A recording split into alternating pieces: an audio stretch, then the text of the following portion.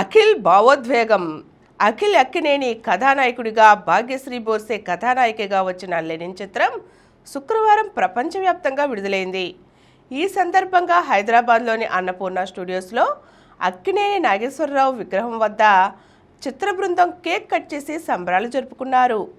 ఈ వేడుకలో అఖిల్ తన తండ్రి నాగార్జున పాదాలకు నమస్కరించి ఆయనను హత్తుకొని భావోద్వేగానికి గురయ్యారు.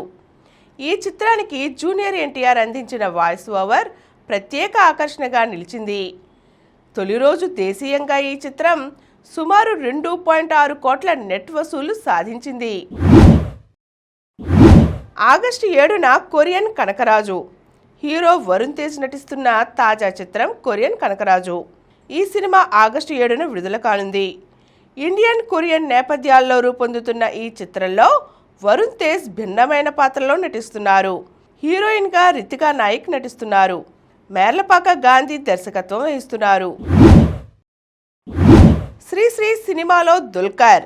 ప్రముఖ మలయాళ నటుడు దుల్కర్ సల్మాన్ నటిస్తున్న తాజా చిత్రానికి శ్రీశ్రీ అనే టైటిల్ను ఖరారు చేసినట్లు చిత్ర యూనిట్ ప్రకటించింది.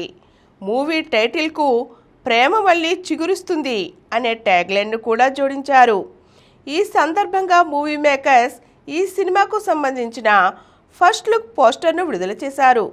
ఈ చిత్రంలో దుల్కర్కు జంటగా ప్రముఖ నటి పూజా హెగ్డే నటిస్తున్నారు. రవి నెలకుదిటి దర్శకత్వం వహిస్తున్నారు.